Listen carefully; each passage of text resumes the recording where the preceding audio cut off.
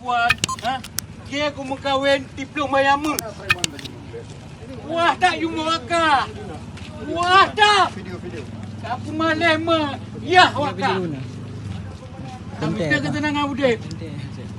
Lagi nyu kat berlaku. Nah awak duanya. Awak cek mendung enggak?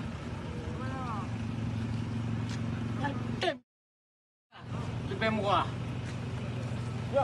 Syederun petugas Satpol PP dan WH Banda Aceh bersama warga Ulele mengamankan sejumlah wanita pada Minggu 16 Oktober 2022 dini hari sekira pukul 3 waktu Indonesia Barat di kawasan Bundaran Ulele depan gerbang pelabuhan. Wanita-wanita muda yang diamankan tersebut berjumlah 11 orang. Bersama mereka juga ikut diamankan botol minuman keras atau miras. Tokoh Ulele Afwan kepada Serambi mengatakan, warga Ulele melakukan penggerebekan terhadap muda-mudi yang berkumpul di taman atau bundaran Ulele tepatnya di depan pelabuhan pada dini hari kemarin. Di lokasi, warga mendapati ada 11 orang wanita serta sejumlah botol miras seperti merek anggur. Selanjutnya, kata Afwan, para wanita muda diamankan ke kantor Satpol PP dan WH Banda Aceh untuk proses hukum. Sementara PLT Satpol PP dan WH Banda Aceh Muhammad Rizal SSTP MSI mengatakan saat ini 11 wanita itu sudah diamankan pihaknya guna dilakukan penyidikan lebih lanjut.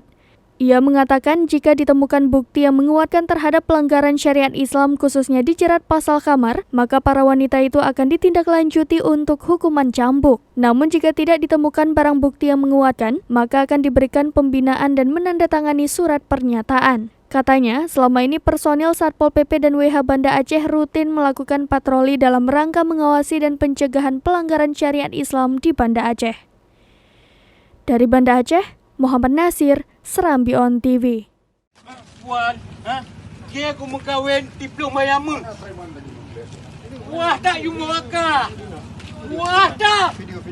Aku malam mah. Ya waka. Tapi kita ketenangan udah. Lagi nyu kat berlaku. Nah awak duanya. Awak cek mendung enggak?